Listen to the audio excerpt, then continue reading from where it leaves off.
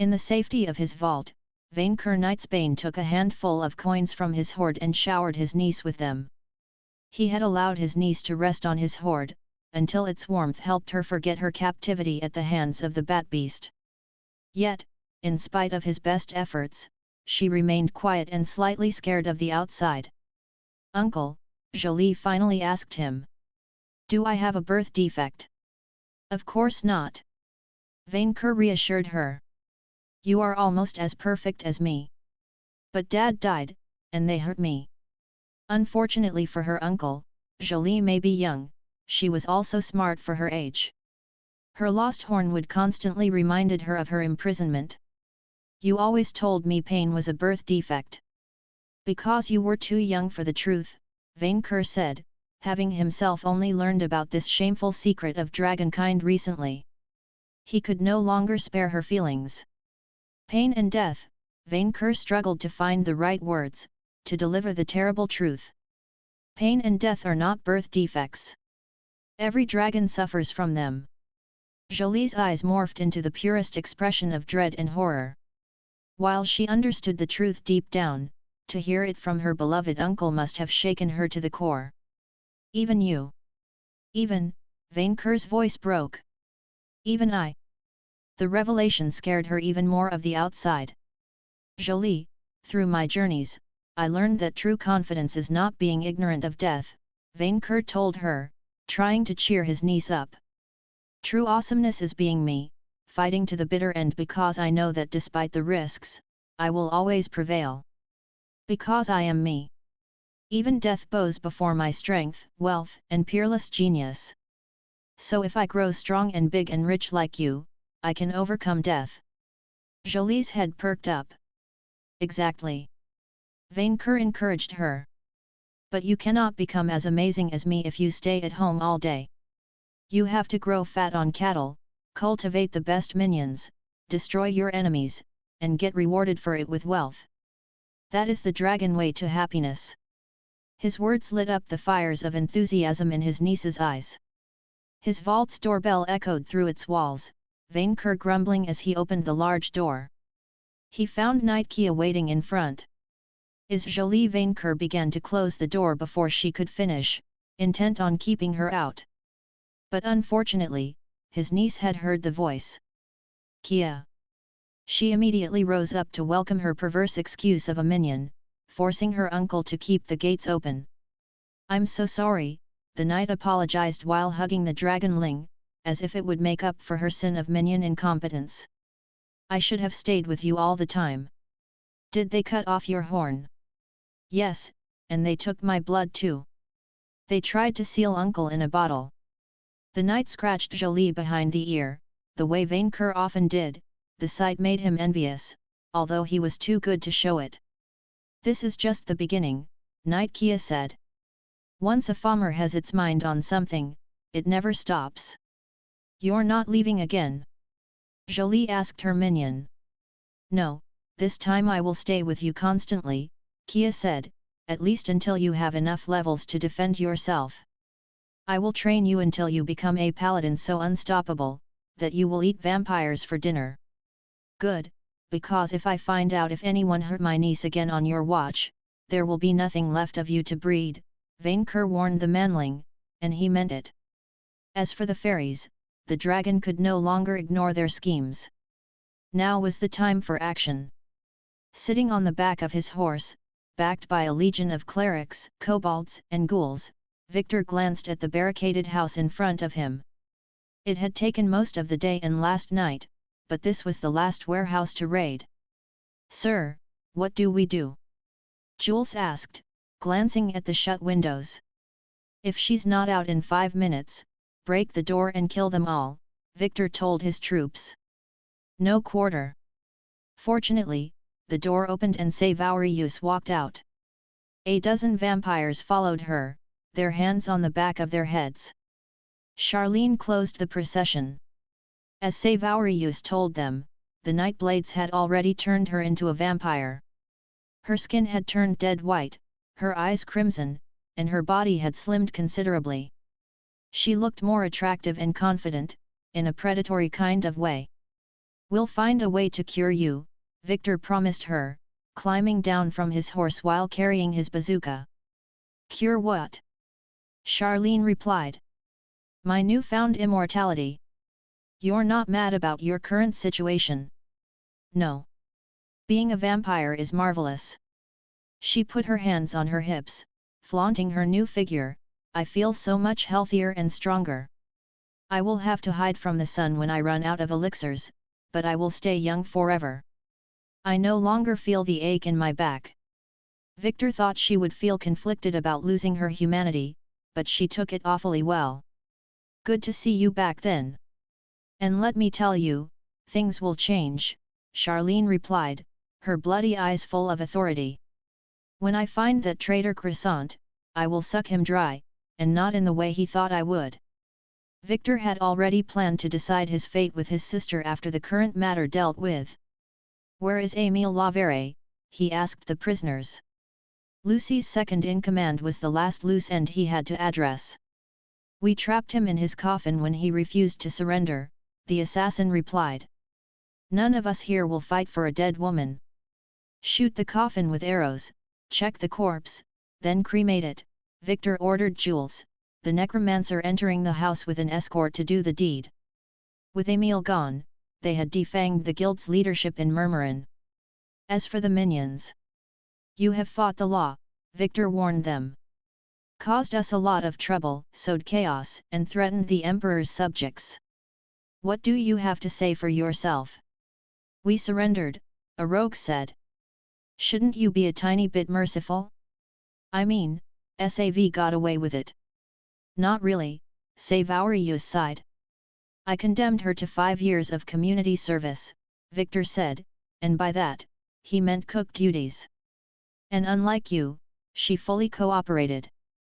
Then we are sorry, and we won't do it again, one of the vampires responded bashfully. Yet, you're scary, sir, another rogue replied. And also very handsome. Phooey, and here I thought you needed a backbone to become an assassin these days, a new, mocking voice taunted the cowardly killers. I stand corrected. Victor raised his eyes, noticing someone on the roof. A humanoid crow with feathers as black as the darkest night, and eyes shining like stars in the dark. He wore a ridiculously extravagant crimson harlequin costume and swung a scythe full of wailing souls.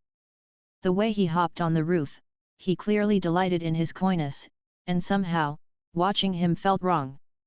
How did he manage to sneak up on everyone? And why did he look exactly like? It couldn't be. Who the Happyland are you? Victor pointed his rocket launcher at the newcomer. I'm Death Jester, the birdkin harlequin announced himself with a mock bow, before leaping off the roof and gracefully landing in front of Victor. God Prince of Crime. Accept no substitute. Death Jester Deity, guess my type. Avian/Divine. Strengths and weaknesses mean nothing to me, all bend to my will. Yes, that's me, I'm the real deal. The patron god of criminals, troublemakers, tricksters, and birds, because birds are awesome. I've killed every type of creature at least once, even Mithras at one time. I could give you the gory details, but that would make for an entire black comedy novel. FFFFFFFFFFF. That's the real one, Victor muttered in shock. That's Death Jester. The entire minion regiment pointed their weapons at the birdkin, while the Nightblades, including Savaurius, instantly bowed before their patron deity. God, they sung in respect. Death Jester responded to the display of force by raising a talon, transforming every spear and arquebus aimed at him into feathers, much to the kobold's surprise. Now, you all know my history with the law, the crime god said. But I come in peace. Honest. Victor didn't know how to react. He had grown unimpressed with the gods, but this one was murder incarnate, an evil with a capital E. Thank you, you are too kind, the deity responded with vanity, clapping his hands. As implausible it may sound, I'm not here to kill anyone. In fact, I came to give you my blessing, and ask you to spare my followers, even if I'm a bit ashamed of their cowardice. You're applauding me. Somehow, it felt shameful. Victor, Vic, I'm the friend of all those who walk the path of chaos, the deity said, patting him on the back, much to everyone's silent astonishment. Ever since you failed to steal that rapier from Vainqueur's hoard, Outremont has entered an era of change and confusion. You and that dragon are walking disasters, and I love it. Right now, you're my favorite troublemaker. I've even decided to give you a sweet reward. Light shone on Victor's left shoulder, through the armor's chinks. He supposed the crow deity's symbol had appeared on his skin. You earned the claimed by Death Jester personal perk. Claimed by Death Jester, when you level up, you have an additional 10% chance to gain a skill or charisma point. You can falsify your karma as you wish, and your lies cannot be identified by any magic. That should take care of your angel problem, said the deity, clearly expecting Victor to commit insurance fraud. You know Shesha already claimed me. Victor pointed out. Shouldn't you cancel one another? Oh, you know, our portfolios have many gray areas, the deity replied. Like drugs or prostitution. Having been claimed by 4 deities, Victor wondered if he should catch them all. Don't expect any goodish deity to look on kindly to you, Death Jester said, confirming that he could read the vizier's mind. Except maybe Seng or Cybele, since you're easy as they come. Hey, what does that mean? Did they consider him a man-whore upstairs? Not just upstairs, Death Jester shrugged. Now, I have an offer for you. An offer you can't refuse, or an offer? Victor asked, doubtful.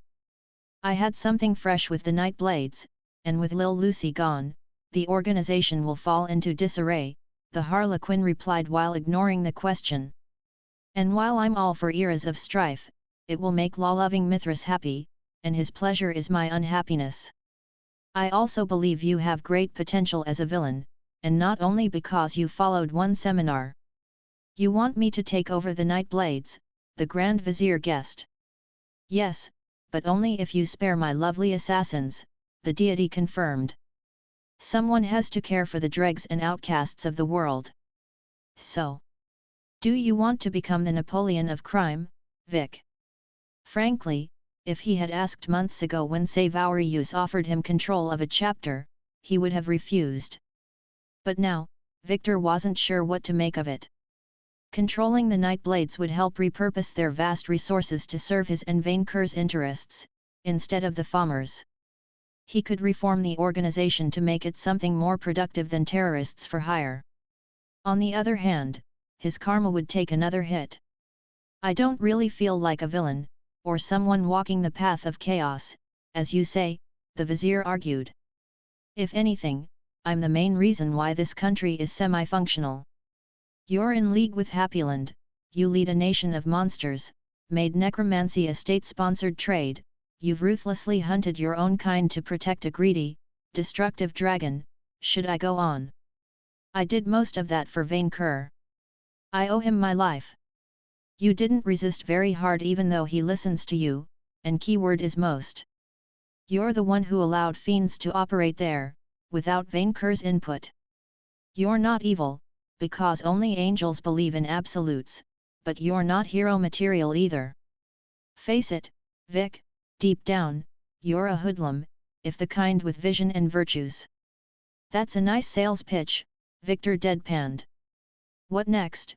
Join the dark side and get cookies.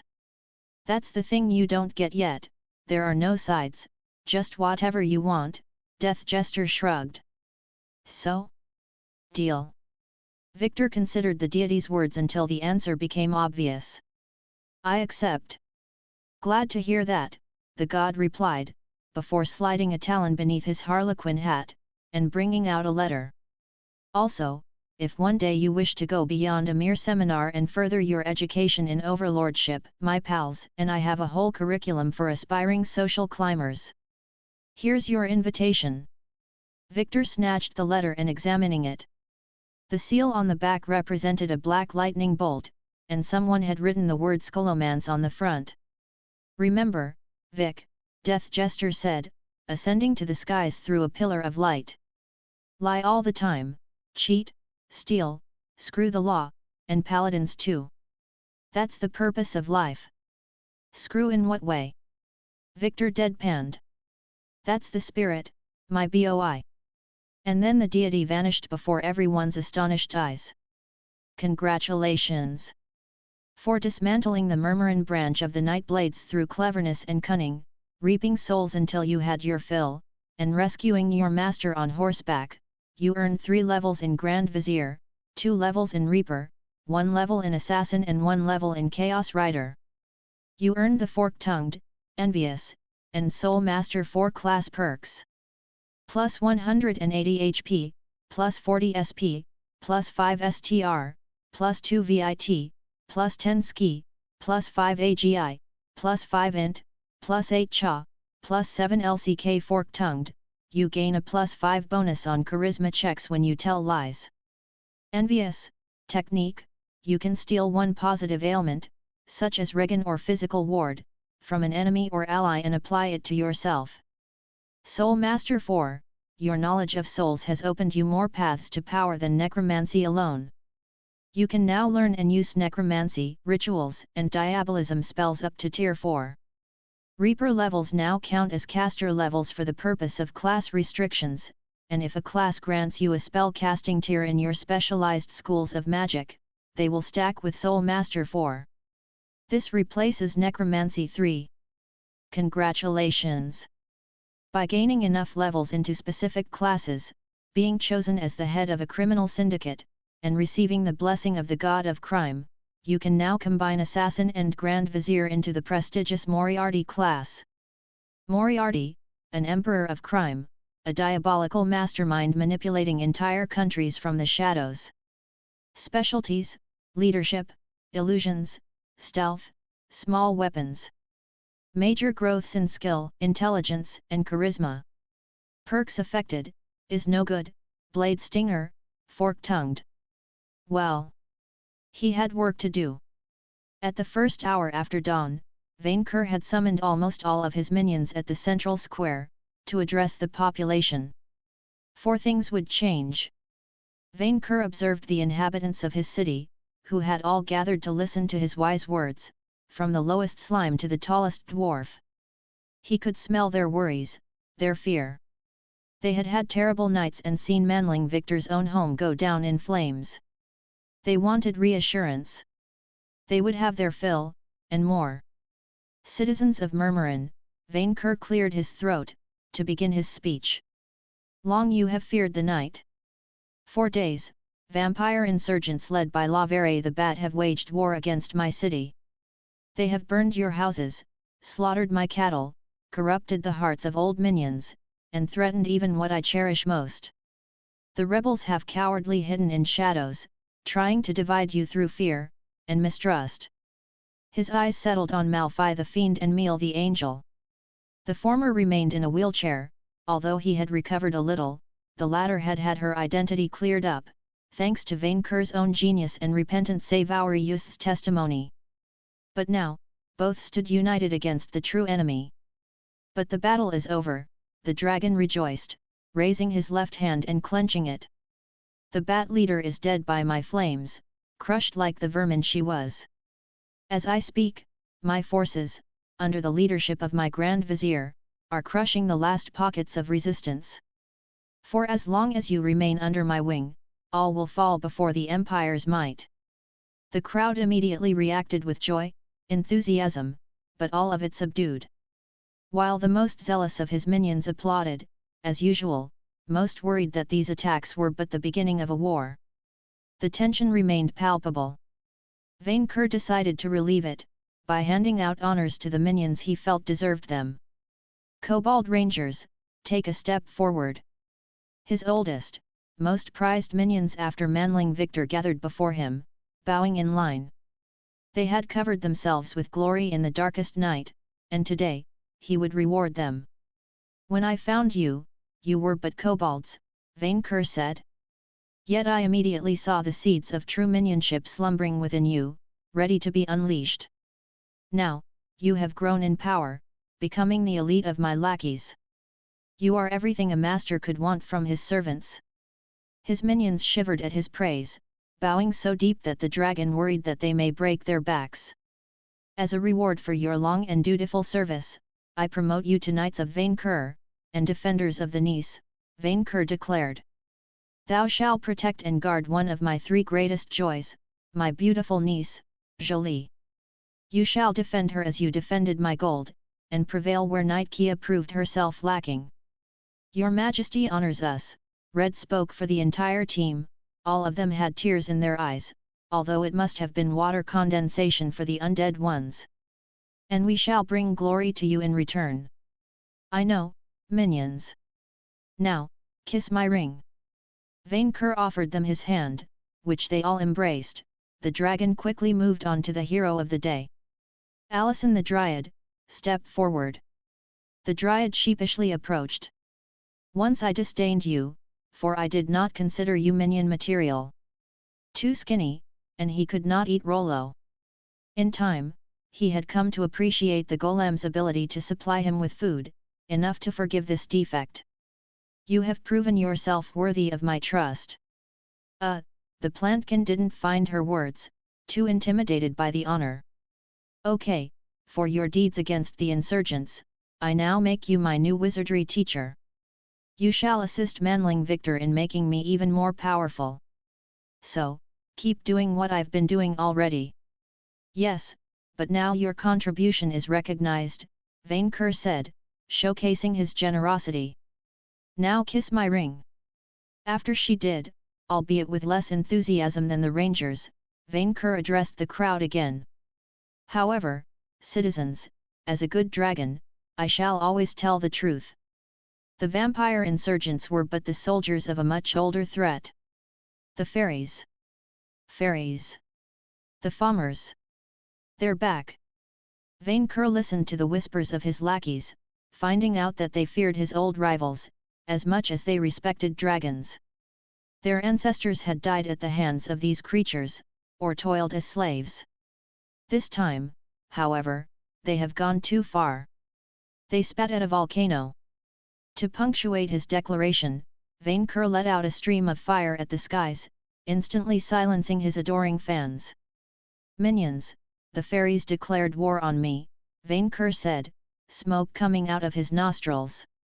"By freeing the Gold Slayer Furibon from the seal which kept his evil contained, attacking my minions, and threatening my niece, they broke the dragon farmer peace, which has held since the morning of the world. If they have forgotten who won the first war, I shall remind them in the second." The great dragon proudly extended his wings, so all his minions could bask in his full majesty. "For I, Vainqueur Knightsbane, first of his name, great calamity of the age, defender of the hoard, greatest gladiator, genius precedente, and emperor of Murmurin, Ishvania, and the Alban Mountains, declare war back on the farmers." Charisma check successful. His servants raised their hands in bloodthirsty acclaim, eager for revenge. "War," they shouted all at once, their screams becoming deafening. "War! War! War! The Mel clan, which has opposed me since my awakening, shall learn its place. Nowhere in this world will they feel safe from my wrath. I will burn their lairs to the ground, empty their pens of cattle, and claim their wealth as mine." Vainqueur waved his hand in a dramatic fashion. "As the first measure, I hereby order the creation of the Vainqueur Watch for thorough fairy destruction, an institution dedicated to finding new and creative ways to deal with the farmer problem. I invite any creature willing to fight the good fight, to join this golden crusade." None applauded this decision more than the dwarves. They had eagerly welcomed his orders to prepare for the return of Furibon, and could not wait to test their weapons on new targets. "As my second measure, it is time for the country to live up to my reputation," Vainqueur said. "All of my minions will train and be equipped, so that one day, very soon, we shall take the fight to the fairies, instead of letting them invade us again.